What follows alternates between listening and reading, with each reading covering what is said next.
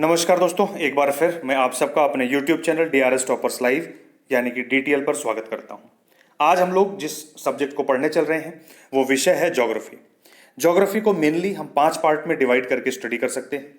पहला है world geography यानी विश्व भूगोल, जिसके अंतर्गत हम सभी कॉन्टिनेंट्स यानी वर्ल्ड मैपिंग को स्टडी करेंगे और सभी वर्ल्ड में प्रेजेंट मिनरल्स और बाकी चीज़ों के बारे में डिस्कस करेंगे वर्ल्ड मैपिंग के साथ साथ। दूसरा आता है इंडियन ज्योग्राफी यानी भारत का भूगोल। हम इंडिया के बारे में डिटेल में स्टडी करेंगे। इंडिया में कहाँ कहाँ पर क्या क्या मिनरल्स हैं, कौन कौन से स्टेट्स, उनकी लोकेशन, बाकी चीज़ें, इंडिया की मैपिंग सेपरेटली डिटेल्ड में। तीसरा आपका आता है एस्ट्रोनॉमी यानी खगोल विज्ञान। खगोल विज्ञान में हम स्टडी करेंगे सौरमंडल और सौरमंडल का जो ग्रह पृथ्वी जिस पर हम रहते हैं और पृथ्वी के वायुमंडल और उसके बाहर होने वाली समस्त घटनाओं का अवलोकन करेंगे। फिजिकल ज्योग्राफी यानी भौतिक भूगोल, इसमें हम स्टडी करेंगे अर्थ का फॉर्मेशन कैसे हुआ, पृथ्वी कैसे बनी और इसका इंटीरियर, अगर हम अर्थ के अंदर में जाएं तो उसके इंटीरियर में क्या क्या चीज़ें हैं, वो सारी चीज़ें हम स्टडी करेंगे फिजिकल ज्योग्राफी में। नेक्स्ट ह्यूमन ज्योग्राफी यानी कि जो मानव भूगोल है, इसमें हम स्टडी करेंगे मानव की उत्पत्ति से लेकर वर्तमान समय तक उसके पर्यावरण के साथ जो जो संबंध रहे हैं उसका अध्ययन हम यहाँ पे करेंगे। डिटेल्ड सिलेबस आपको नोटिफिकेशन में मिल जाएगा। इस तरीके से हम इन 5 पार्ट्स में इसको डिवाइड करके शॉर्ट में इसको स्टडी कर सकते हैं। वर्ल्ड ज्योग्राफी स्टार्ट करनी है हमें, पहले उसको स्टार्ट करने से पहले कुछ एक चीजें जान लेते हैं। देखिए, ज्योग्राफी में हम जो स्टार्ट करेंगे ओशंस एंड कॉन्टिनेंट्स, महासागर और महाद्वीप, लेकिन ये सारी चीजें हैं कहां पर, सबसे पहले उसके बारे में जानते हैं। अर्थ यानी पृथ्वी, वो ग्रह जिस पर हम रहते हैं, इसकी जो आकृति, इसका जो शेप है, क्वेश्चन बहुत बार परीक्षा में पूछा गया है, what is the shape of earth, earth का आकार क्या है, पृथ्वी की आकृति क्या है, तो उसको नाम दिया गया जियोइड। जियोइड का मतलब होता है अर्थ लाइक शेप, ठीक है, पृथ्वी की तरह आकार, मतलब पृथ्वी का अपना एक अलग तरह का ही आकार है, ठीक है। ये कहीं पर उभरी हुई, कहीं पर दबी हुई, अपने तरीके की है। अगर हम आउटर स्पेस से अर्थ को देखते हैं तो ये हमको ब्लू कलर दिखाई देता है। इसका कारण है कि अर्थ पर 2/3 पोर्शन पे वाटर अवेलेबल है, 2/3 भाग में पानी है और 1/3 सतह पर क्या है, ये स्थल या लैंड मास है, जिसकी वजह से ये ब्लू दिखाई देता है। इसी वजह से इसका नाम ब्लू प्लैनेट भी है, ठीक है।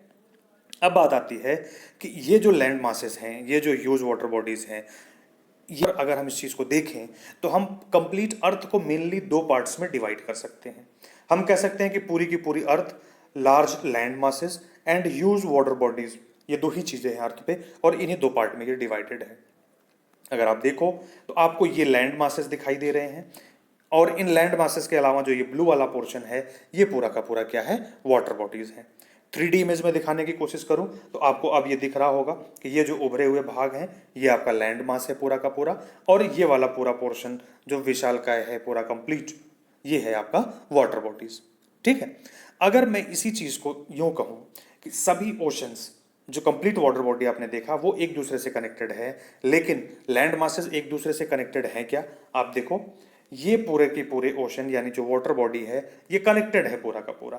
तो लैंड मासेस एक दूसरे से कनेक्टेड हैं, बिल्कुल नहीं, ये अलग है, ये अलग है और ये सब अलग थलग पड़े हुए हैं, ये डायरेक्टली एक दूसरे से कनेक्टेड नहीं है।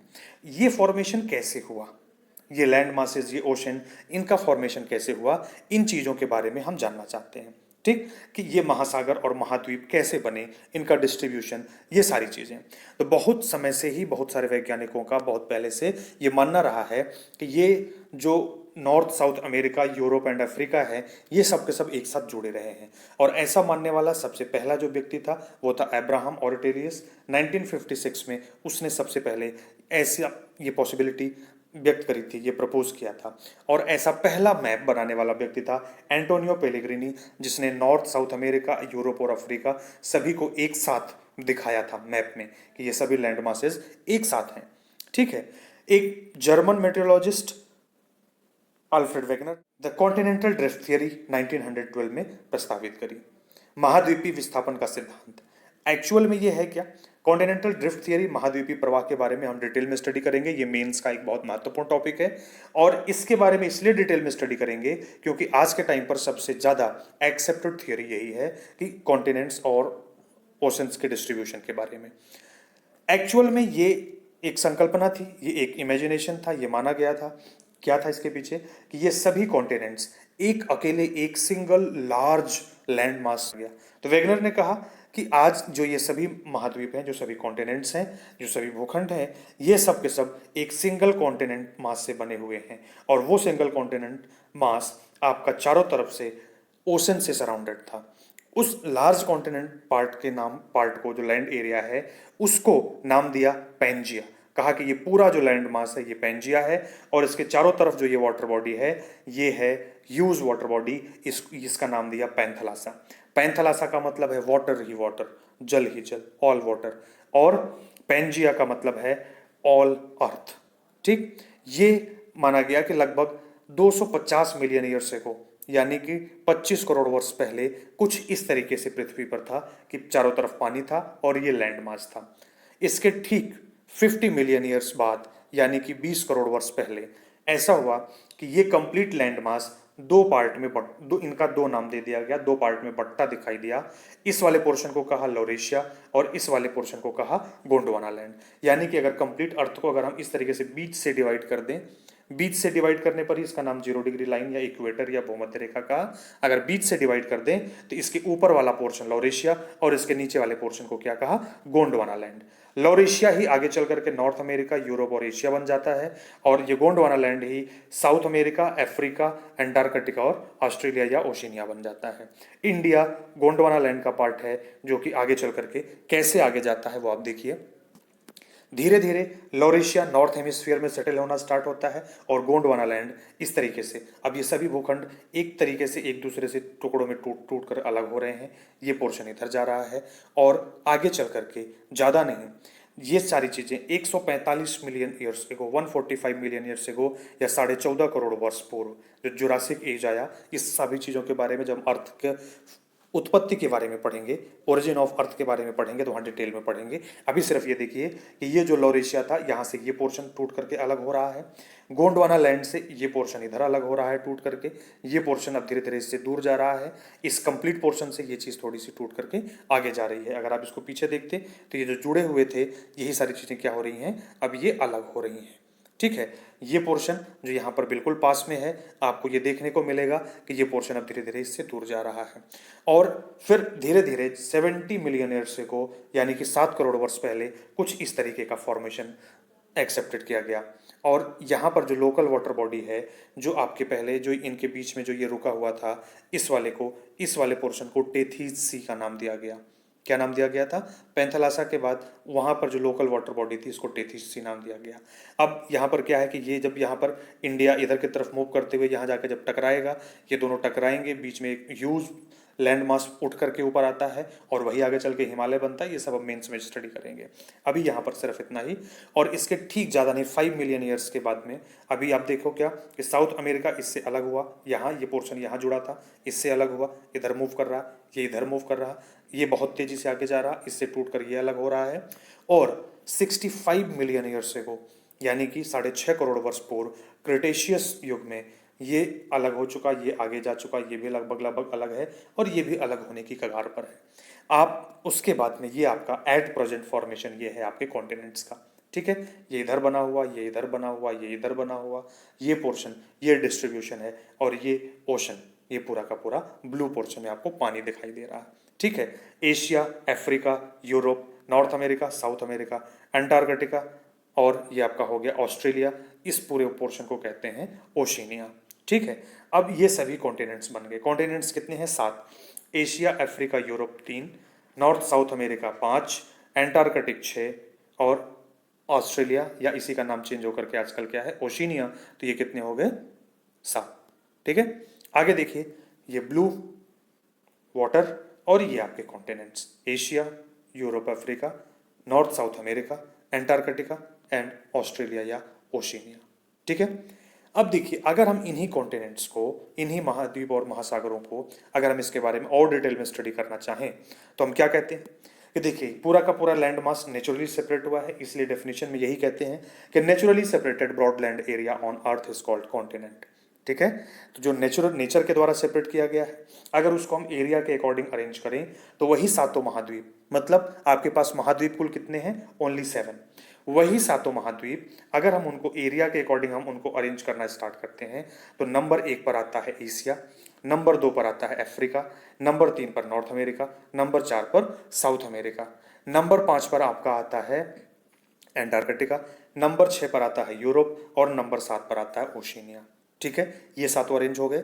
यानी कि अगर मैं बात करूं तो ये है नंबर 1, ये है नंबर 2, ये है नंबर 3, ये है नंबर 4, ये है नंबर 5, ये है नंबर 6 और ये नंबर 7। ठीक है, first second third fourth fifth sixth seventh. ठीक है, अगर मैं इसको जनसंख्या के अनुसार इनको अरेंज करूं, पॉपुलेशन के अकॉर्डिंग इनको अरेंज करूं, तो नंबर 1 पर एशिया आता है, नंबर 2 पर अफ्रीका, नंबर 3 पर यूरोप है, नंबर 4 पर साउथ अमेरिका। यूरोप नंबर 3 पर आ गया, सब जहां पर नंबर 3 पर नॉर्थ अमेरिका था एरिया के मामले में। यूरोप में पॉपुलेशन जनसंख्या घनत्व अधिक होने की वजह से यूरोप थर्ड नंबर पॉपुलेशन में है। फोर्थ नंबर पर साउथ अमेरिका है। अब फिफ्थ नंबर पर नॉर्थ अमेरिका आ जाता है, सिक्स्थ नंबर पर आपका ओशिनिया होता है, सेवन्थ नंबर पर एंटार्कटिका होता है। एंटार्कटिका सेवन्थ नंबर पर क्यों? क्योंकि दक्षिणी ध्रुव सिर्फ आइस ही आइस है, सिर्फ बर्फ ही बर्फ है। अंटार्कटिका पर ही साउथ पोल भी है।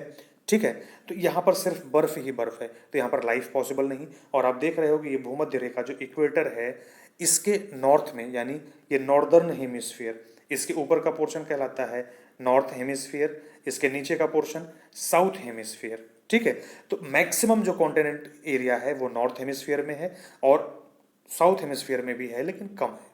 ठीक है, तो लाइफ सबसे ज़्यादा नॉर्थ हेमिस्फीयर में लोग रहते हैं, साउथ हेमिस्फीयर में लाइफ कम है। ठीक, और इसी अर्थ को अगर मैं यहाँ से डिवाइड कर दूँ, वाली लाइन के इधर ईस्ट होता और इसी के इधर वेस्ट हो गया, तो नॉर्थ साउथ ईस्ट वेस्ट। ठीक है, आगे हम देखते हैं। अगर हम ओशन की बात करें तो नेचुरली, चूंकि कॉन्टिनेंट सेपरेट हुए तो नेचुरली सेपरेटेड जो ब्रॉड वाटर बॉडी है उसी को महासागर कहते हैं। ठीक, इन महासागरों को अगर हम एरिया, वॉल्यूम और डेप्थ, एरिया मतलब कितना ज़्यादा सरफेस एरिया किस ओशन का है, वॉल्यूम मतलब कितना ज़्यादा पानी किस ओशन में है, डेप्थ का मतलब कितना ज़्यादा गहरा कौन सा ओशन है, इसके अकॉर्डिंग अगर हम रैंकिंग करें तो इन तीनों पैरामीटर पर नंबर 1 पर आता है पैसिफिक यानी प्रशांत महासागर, नंबर 2 पर आता है अटलांटिक ओशन, नंबर 3 पर आता है इंडियन ओशन, नंबर 4 पर आपका आता है साउदर्न ओशन या दक्षिणी महासागर, नंबर 5 पर आपका आता है आर्कटिक ओशन। ठीक है, अगर इसी को अगर आप देखो तो ये आपका है पैसिफिक ओशन इधर भी और इधर भी, जो कि मैप जब ज्वाइंट होगा, जब स्फेरिकल या ज्योइड शेप में होगा तो आप देखोगे ये पूरा का पूरा पोर्शन, ये दोनों क्या है, ये और ये पोर्शन क्या है, पैसिफिक ओशन एक साथ बना हुआ है। इस शेप में बना हुआ ये जो ओशनिक पार्ट है ये है आपका अटलांटिक ओशन, ये वाला एरिया आपका है इंडियन ओशन, फिर आपका ये हो गया साउदर्न ओशन और फिर यहाँ पर आपका नॉर्थ में हो गया ये आपका आर्कटिक ओशन। ठीक, तो ये टोटल ओशन हो गए 5, पैसिफिक, अटलांटिक, इंडियन, साउदर्न और आर्कटिक। किस किस के अकॉर्डिंग, एरिया, वॉल्यूम और डेप्थ के अकॉर्डिंग। लेकिन अगर हम इस चीज़ को इधर भी देखें तो ये आप देखो पैसिफिक ओशन का पोर्शन ये पूरा हो गया, ये आपका हो गया अटलांटिक ओशन, ये आपका हो गया इंडियन ओशन, ये आपका हो गया साउदर्न या आर्कटिक ओशन और अंटार्कटिक ओशन, और ये पोर्शन हो गया आपका यहाँ पर, ये आपका हो गया आर्कटिक ओशन। ठीक है, और इसको याद रखने के लिए कुछ लोग ऐसे नेमोनिक्स भी बनाते हैं, जैसे ये हो गया पैसा, मतलब पी फॉर पैसिफिक ओशन प्रशांत महासागर, A for Atlantic ocean, I for Indian ocean, S for southern ocean and A for Arctic ocean. पैसा ये अरेंज हो गया बढ़ते से घटते क्रम में एरिया, वॉल्यूम एंड डेप्थ के अकॉर्डिंग। को अगर हम कोस्ट लाइन के अकॉर्डिंग अरेंज करें, कोस्ट लाइन का मतलब तटीय रेखा के आधार पर, तो पैसिफिक ओशन सबसे ज़्यादा तटीय रेखा इससे जुड़ी हुई है, फिर अटलांटिक ओशन से नंबर 2 पर, इंडियन ओशन से नंबर 3 पर, लास्ट की केवल 2 पोजीशन चेंज होती है, नंबर 4 पर आर्कटिक ओशन और नंबर 5 पर साउदर्न ओशन आ जाता है। ऐसा क्यों होता है? देखो पैसिफिक के साथ में तो ये पूरी की पूरी ये पूरी कोस्ट लाइन ये हो गई, और इधर की ये पूरी कोस्ट लाइन ये किसके साथ हो गई, ये पैसिफिक के साथ हो गई। अटलांटिक के साथ में ये कोस्ट लाइन हो गई और ये कोस्ट लाइन हो गई, तटीय रेखा कॉन्टिनेंट्स के साथ जुड़ा होगा। इंडियन ओशन के साथ में आपकी ये कोस्ट लाइंस ये यहाँ से लेके यहाँ तक ये हो गई। ठीक है, बस इतना सा ये पूरा इतना इंडियन ओशंस के साथ में हो गई। अब कॉन्टिनेंट साउदर्न में है नहीं, तो कंट्रीज उनके साथ में आर्कटिक ओशन के साथ कोस्ट लाइन नॉर्थ में हो गई, साउदर्न ओशन में सबसे लास्ट में आ गई। तो कोस्ट लाइन के मामले में नंबर 1, नंबर 2, नंबर 3, नंबर 4 और ये हो गया नंबर 5। लेकिन बाकी मामलों में ये नंबर 4 और ये नंबर 5। ठीक, तो टोटल नंबर ऑफ ओशन कितने हो गए? 5। कॉन्टिनेंट्स कितने हैं? 7। ठीक है। इसी को अब अगर मैं देखूं जो क्वेश्चंस पीछे पूछे गए हैं आए हुए एग्जाम में, जैसे ये क्वेश्चन आपसे पूछा गया है, which continent is greatest according to area.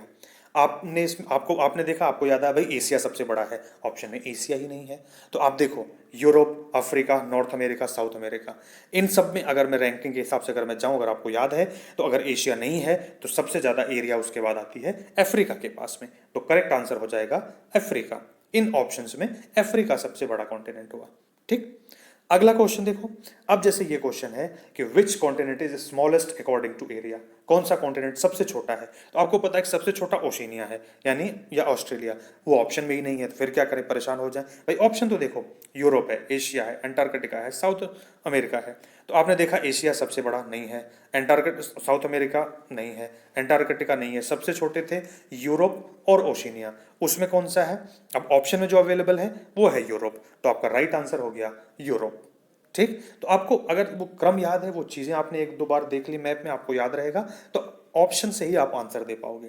रटने में क्या होगा, सबसे बड़ा महाद्वीप एशिया, सबसे छोटा महाद्वीप ओशिनिया। अब क्वेश्चन में आया जैसे इसमें सबसे छोटा महाद्वीप कौन सा है इनमें से, तो आपने देखा कि ओशिनिया, ऑस्ट्रेलिया इसमें है नहीं। अब आप क्या करोगे, कुछ लोग कहते हैं कि अब क्या करें क्या करें क्या करें, फिर कुछ भी मार के चले आएंगे। ठीक है, तो आपको जब क्रम याद है, चीजें याद है, क्वेश्चन का पैटर्न बदल गया है, तो आप ढंग से इस तरह की चीजों को कर पाएंगे। अब जैसे और क्वेश्चन को आप देखिए, ये क्वेश्चन है कि विश्व के दो सबसे छोटे महाद्वीप आप बताओ। ठीक, अब दो दो का पेयर दे रखा है, यूरोप और Antarctica, Oceania and Antarctica, Oceania and Europe, Oceania and south America. तो आपको पता है सबसे छोटे दो कौन से हैं, कुल 7 ही हैं। सबसे छोटे लास्ट में आपको पता था ओशिनिया एंड यूरोप थे, तो ओशिनिया एंड यूरोप आपके करेक्ट आंसर हो जाएंगे। ठीक, अगर ये दोनों कुछ नाम देता, उनमें से पूछता कौन सबसे छोटे हैं, तो उनको आप अरेंज करके बता देते। ठीक है, तो इस तरह के क्वेश्चन आपसे एग्जाम में पूछे जाते हैं। आपसे ये भी एग्जाम में पूछा गया क्वेश्चन है कि how many oceans in the world, total ocean कितने हैं। ठीक, तो आपको मैंने बताया नंबर ऑफ ओशंस कितने हैं, 5। यहाँ पर ऑप्शन है 4, 6, नन ऑफ द अबव। तो अब आप क्या करते हैं, अगर आपको एग्जैक्ट इन्फॉर्मेशन नहीं है तो कुछ ने कहा 4 है, क्योंकि पहले 4 हुआ करते थे, साउदर्न ओशन अभी ऐड किया गया है, तो पहले आंसर हुआ करता था 4, लेकिन अब 5 हो गए, तो ऑप्शन में 5 तो है नहीं, तो राइट आंसर क्या हो जाएगा, अब राइट आंसर आपका हो जाएगा कि नन ऑफ द अबव, क्योंकि ना तो 4 है, ना तो 6 है, ना ही 8 है, नन ऑफ द अबव। ठीक, तो इस तरह से ये सारे क्वेश्चंस आपसे एग्जाम में पूछे जाएंगे। और भी क्वेश्चंस इन टॉपिक्स पर होंगे जिनको हम आपके साथ डिस्कस करेंगे, लेकिन तब तक आप सभी वीडियोस जो बहुत सारे एक्सपर्ट्स के द्वारा बनाए जा रहे हैं, सिलेक्टेड कैंडिडेट्स के द्वारा बनाए जा रहे हैं, प्लीज़ आप उन सभी वीडियोस को देखिए, अपने सभी दोस्तों के साथ शेयर करिए, जिससे वो सब के सब इसका बेनिफिट ले सकें। ठीक है, इस वीडियो में इतना ही। अगले वीडियो में कुछ और चीज़ें हम आपके साथ डिस्कस करेंगे, जैसे लैटिट्यूड्स, लॉन्गिट्यूड्स, ये सारी चीज़ें क्या हैं, और डेट लाइन से क्या है, प्राइम मेरिडियन लाइंस क्या है। ठीक है, ये सारी चीज़ें हम आपके साथ डिस्कस करेंगे। एक एक करके देखते रहिए, हम वर्ल्ड मैपिंग करेंगे, फिर धीरे धीरे बाकी चीज़ों को करेंगे। सारी चीज़ें एक एक करके आपके पास हम लेकर के आएंगे। बस आप जुड़े रहिए और सभी वीडियोज़ को सभी लोगों को, सभी दोस्तों को शेयर करते रहिए। इस वीडियो में इतना ही। Thank you so much.